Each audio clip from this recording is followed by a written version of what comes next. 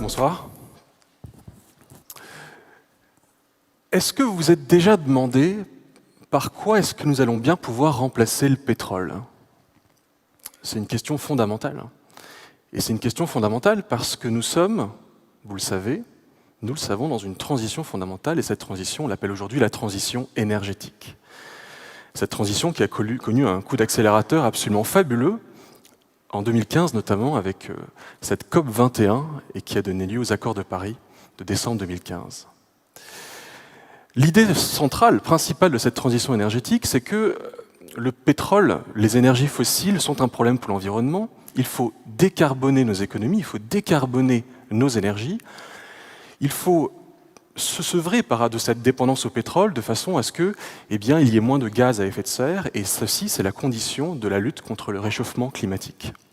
Et puis, qu'est-ce qu'on met à la place de ces technologies qui utilisent le pétrole? On met ce que vous connaissez, on met des technologies vertes. Les technologies vertes, ce sont des panneaux solaires, des éoliennes, des voitures électriques. Ce sont aussi des technologies numériques, c'est-à-dire des téléphones portables, des tablettes, des ordinateurs, puisqu'il faut du numérique pour ensuite permettre de rendre ces technologies vertes plus efficientes. C'est ce qu'on appelle l'efficacité énergétique. Simplement, ces technologies-là, elles ont elles aussi besoin de matières premières. Pas de pétrole, mais d'autres matières premières. Et des matières premières tellement importantes, tellement essentielles, que les industriels qui les utilisent, les scientifiques, mais aussi les chefs d'État, les appellent déjà, pour certaines, « the next oil », le prochain pétrole. De quoi parle-t-on? Personne ne sait. Pourtant, nos aïeux, au XIXe siècle, savaient très bien l'importance du charbon. Au XXe siècle, on savait très bien la nécessité du pétrole pour nos mix énergétiques.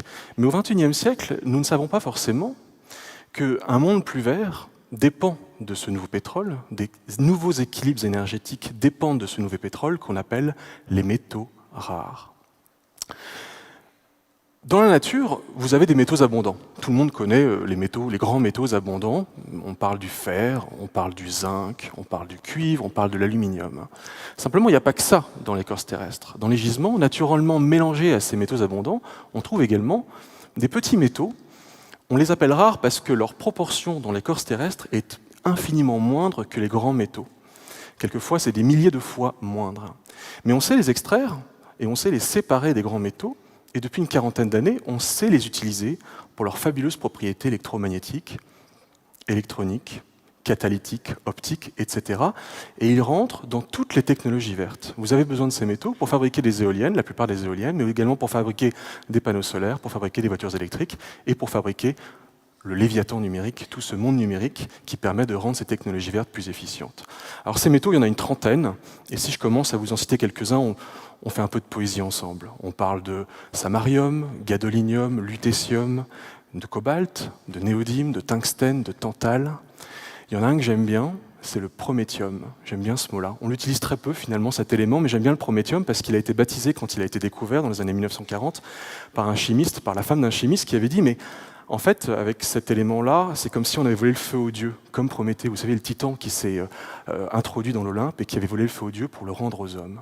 Et donc on a appelé cet élément le prométhium, parce que finalement, à vous et moi, on ne le sait pas, mais il nous a donné les pouvoirs prométhéens. Grâce à lui, toutes les technologies vertes fonctionnent. Grâce à lui, et à tous ces autres métaux, cette trentaine de métaux rares, toutes les technologies numériques fonctionnent. À l'instant où je vous parle, vous et moi avons tous sur nous des métaux rares. Vous en avez dans votre téléphone, vous en avez dans vos écouteurs, j'en ai un dans mon écouteur, vous rentrerez peut-être dans une voiture électrique qui consomme des métaux rares. Nous ne pourrions pas passer une seule journée sur Terre à vivre, même pas une seule heure, sans utiliser d'une façon ou d'une autre ces métaux rares. Simplement, je suis un journaliste et je me suis dit, mais ces métaux, où est-ce qu'on va aller les chercher ? Ces matières premières qui, justement, vont remplacer le pétrole, à quel coût pour les hommes et pour l'environnement allons-nous les extraire, en sécuriser les approvisionnements? Et pendant plusieurs années, j'ai fait le tour de la planète, plusieurs fois, dans une douzaine de pays, pour essayer de remonter le fil de ces nouvelles matières premières qui sont en train de remplacer le pétrole à la faveur de la transition énergétique. Et ce que j'ai découvert m'a, pour ne rien vous cacher, déniaisé par rapport à la transition énergétique. Parce que dans mon esprit, la transition énergétique, c'était une transition plus verte, plus sobre, plus responsable. Et puis quand on la regarde sous l'angle de ces petits métaux rares, en réalité, on voit une autre face peut-être plus sombre de cette transition verte. Nous sommes en 2016 et je me trouve en Chine, et plus précisément dans la province du Jiangxi. C'est une province qui se trouve au sud de la Chine, pas très loin de Hong Kong. D'abord, c'est une province qui est magnifique. C'est la Chine qu'on aimerait voir plus souvent, la Chine verte avec des collines et des pins de sucre à perte de vue, une nature généreuse. La province du Jiangxi, c'est pas que ça. C'est aussi l'une des principales zones d'extraction de certains métaux rares, et plus précisément des métaux rares qu'on appelle les terres rares. Les terres rares, c'est une sous-catégorie de métaux rares. Et donc cette province du Jiangxi, c'est l'une des premières zones d'exploitation de ces terres rares de la planète. Et il faut s'enfoncer assez loin dans cette région, quitter un petit peu les sentiers battus, pour aller voir comment se passe l'extraction de ces métaux. Déjà, choc visuel, vous avez des collines qui sont coupées en deux dans le sens de la verticale pour aller extraire les métaux. On se retrouve nez à nez avec des mafias qui font du marché noir.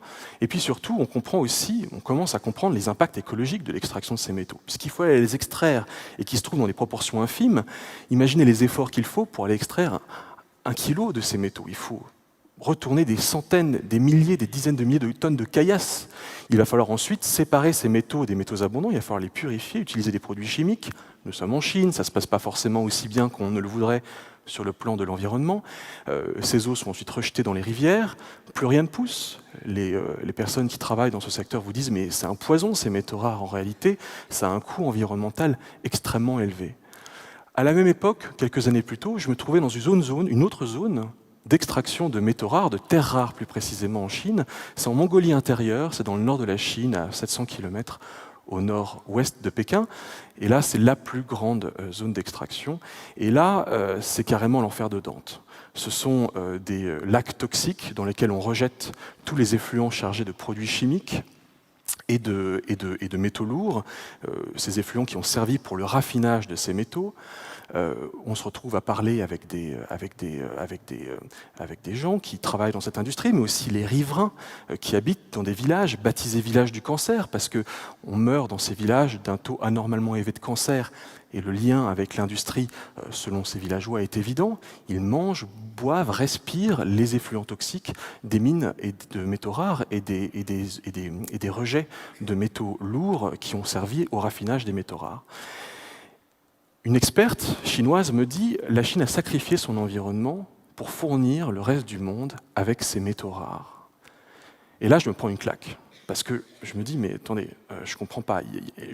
J'identifie immédiatement 2 paradoxes que je voudrais partager avec vous.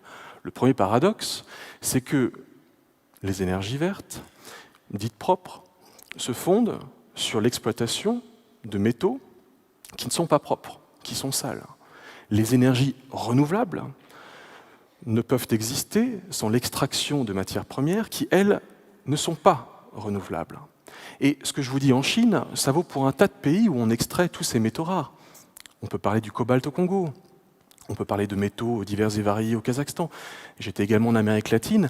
Il est extrêmement difficile en Amérique latine d'ouvrir une mine aujourd'hui parce que les populations riveraines sont vent debout contre les projets d'extraction minière, tellement c'est sale et tellement c'est problématique pour l'environnement. Et là, je me dis, mais comment ça se fait que je n'ai pas réalisé cela plus tôt ? Comment ça se fait que je découvre cette histoire, ces dessous des technologies vertes, si tard, alors que pourtant cette industrie existe depuis des décennies ? À la même époque, je me trouve aux États-Unis. Et je me trouve plus précisément dans la région de Las Vegas, à la frontière entre la Californie et le Nevada. Et à cette époque, là-bas, se trouvait une mine dans les années 90. À cette époque, se trouvait une mine de Mountain Pass, c'était le nom de la mine. Et cette mine était la première mine d'extraction de terres rares, donc une classe de métaux rares de la planète. Et le problème, c'est que dans les années 90, ça commençait à poser de sérieux problèmes environnementaux. Et ça posait tellement de problématiques environnementales, la compagnie minière qui s'appelait Molycorp se retrouvait aux prises avec des tas de difficultés et avec aussi l'administration américaine qui compliquait les choses parce que les réglementations environnementales étaient strictes, que finalement, elle s'est rendue compte, cette compagnie minière, qu'elle ne pouvait plus continuer à extraire ces terres rares et elle s'est dit, puisque c'est ça, je ferme la mine. Toujours dans les années 90, il y avait un autre pays qui était un leader de ces métaux rares, c'était la France. À La Rochelle, il y avait une usine qui s'appelait Rhône-Poulenc. Ron Poulenc, ce n'était pas seulement le sponsor de l'émission Ushuaïa que présentait Nicolas Hulot, je ne sais pas si vous vous rappelez, c'était aussi un chimiste qui purifiait 50% des terres rares de la planète. Et Ron Poulenc se trouve à cette époque dans les mêmes problématiques que celles de Molycorp, non pas pour l'extraction, mais pour le raffinage. Problématique de pollution, quand on extrait les terres rares et qu'on les sépare en fait du thorium et de l'uranium auxquels elles sont associées, ça génère de la radioactivité. Les Rochelais ne supportaient pas cette situation, ça crée des troubles sociaux. Les coûts de l'extraction de ces métaux, de la purification de ces métaux, commençaient à exploser, n'étaient plus rentables. Ron Poulenc se dit, on délocalise nos activités en Chine. Donc au même moment, vous avez une minière, une compagnie minière et une compagnie d'extraction et de raffinage de ces métaux rares qui, en fait, de concert mais sans se concerter, décident soit de fermer, soit de délocaliser leurs activités. Et à ce moment-là, qui récupère le bébé? Eh bien, ce sont les Chinois. Parce que dans ces années-là, les Chinois vous disent, vous savez, Mao, ça ne s'est pas hyper bien passé pour nous, la révolution agricole, ça n'a pas exactement eu le succès escompté, on mise tout sur l'industrie. Et on a plein de gisements de terres rares et de métaux rares en général. On peut vous fournir des terres rares pas chères, abondantes. On va sacrifier notre environnement, mais c'est pas grave. Nous, ce qui nous importe, c'est le développement économique. Et nous, on s'est débarrassé des terres rares. Donc en fait, ce faisant, on n'a pas seulement délocalisé nos emplois, on n'a pas seulement délocalisé nos usines. Nous avons délocalisé la pollution. Nous avons délocalisé la pollution associée à ces matières premières, ce nouveau pétrole, nécessaire aux technologies vertes. Nous avons laissé des pays salir pour extraire et purifier ces métaux, de sorte que nous puissions les racheter, purs, propres, les mettre dans les technologies vertes et nous glorifier de notre conversion écolo. En fait, pour le dire autrement, le monde s'est séparé de façon, grosso modo, entre ceux qui font du sale, ceux qui sont sales, et ceux qui font semblant d'être propres. Alors, est-ce que je suis audible avec tout ça, finalement? Moi, je me demande si je suis audible dans la mesure où notre consommation électronique, notre consommation de technologies vertes explose. Elle est exponentielle. Nous sommes dans un monde où tout le monde veut toujours plus d'électronique, tout le monde veut toujours plus d'énergie verte. Les Chinois veulent vivre comme des Français, ils veulent aller se faire photographier devant la Tour Eiffel, ils veulent vivre comme des Européens, comme des Occidentaux. Il y a une convergence des modes de vie entre les pays développés et les pays en voie de développement qui fait qu'il va y avoir une explosion de la demande de consommation de ces métaux rares. Un rapport qui a été publié en 2013 disait mais d'ici 2035, il va nous falloir 2 fois plus de terres rares, 4 fois plus de tantale, 9 fois plus de scandium, 24 fois plus de cobalt, 180 fois plus de lithium, etc., etc., etc. C'est exponentiel. Un expert français du CNRS a fini par se dire mais est-ce qu'on peut calculer un peu les besoins globaux en métaux qui sont nécessaires compte tenu de nos nouveaux modes de vie? Et il a fait un calcul qui m'a laissé complètement pantois. Il a remarqué que compte tenu de notre consommation de toutes sortes de technologies, pas seulement les vertes et les numériques, mais compte tenu de nos besoins futurs pour les 30 prochaines années, eh bien dans les 30 prochaines années, l'humanité va consommer davantage de métaux que tous les métaux qu'elle n'a jamais extraits depuis le début de l'humanité, depuis 70 000 ans. C'est-à-dire que la génération des 25-30 prochaines années va consommer davantage que les 2500 générations qui les ont précédées. Il va falloir aller chercher toujours plus de métaux, donc on commence à se dire on va aller ouvrir des mines un peu partout, et puis les océans regorgent de métaux, et puis l'espace regorge de métaux, les Américains commencent à s'y intéresser. Donc nous sommes en train d'étendre le domaine de la mine pour pouvoir nous fournir en métaux abondants, mais aussi en métaux rares pour nos nouveaux besoins énergétiques et numériques. Et je souligne encore une fois un paradoxe de cette transition énergétique, tout ça au nom de la sobriété. Ce qui pose à un moment des problématiques de pénurie. On commence déjà à dresser des listes de pénurie en disant mais oui, mais à ce rythme d'exploitation-là, tel ou tel métal, on n'en aura plus à tel horizon. Nous sommes à la veille d'une renaissance, où nous sommes en plein dans une nouvelle renaissance technologique. C'est un mot qui enthousiasme tout le monde, et même moi, je voudrais y croire. Mais simplement, que se passe-t-il si vous êtes dans une renaissance et qu'il n'y a pas assez de matières premières pour cette renaissance? Que serait-il passé en 1492 si Christophe Colomb, faute de bois disponible, n'avait pas trouvé ces 2 bateaux amarrés à un port andalou? Alors, que faire?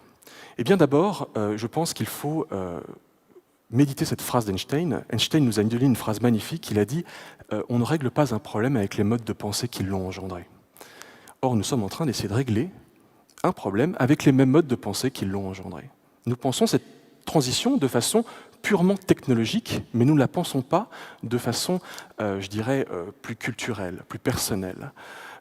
Nous avons une problématique, c'est que nous voulons faire des sauts technologiques sans saut de conscience. Nous voulons faire des progrès techniques sans nécessairement penser à des progrès humains. Et une façon d'appliquer cette maxime, c'est peut-être de regarder concrètement ce qu'on peut faire pour rationaliser la matière. Rationaliser la matière, par exemple, eh bien, c'est arrêter recycler tous les métaux rares. On recycle moins de 1% de métaux rares aujourd'hui, puisque en fait, c'est trop cher de les recycler. On sait faire, mais on ne veut pas faire.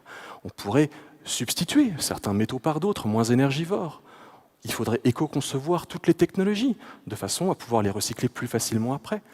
Il faudrait lutter contre l'obsolescence programmée des produits, qui est un scandale qui nous pousse à consommer davantage.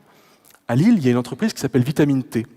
Cette entreprise génère un chiffre d'affaires de 60 millions d'euros, emploie 3500 salariés et recycle 40 000 tonnes de déchets électroniques. Une autre entreprise, Envinor, récupère et remet sur le marché 9000 produits électroménagers par an. Ce sont des exemples très concrets de progrès qui peuvent être faits sans nécessairement devoir remettre en cause fondamentalement nos modèles de croissance. Mais il faut rationaliser la matière et garder aussi à l'esprit cette belle phrase des énergéticiens qui disent « la meilleure énergie, finalement, c'est celle que nous ne consommons pas ». Et pour terminer, je vous dirais simplement que j'en parlais justement avec un expert, et avec cet expert, il me laissait finalement, il me proposait cette phrase et cette maxime pleine de bon sens et d'espoir aussi. Il me disait, vous savez, finalement, Guillaume, on n'a pas de problème de matière rare. Nous n'avons que des problèmes de matière grise.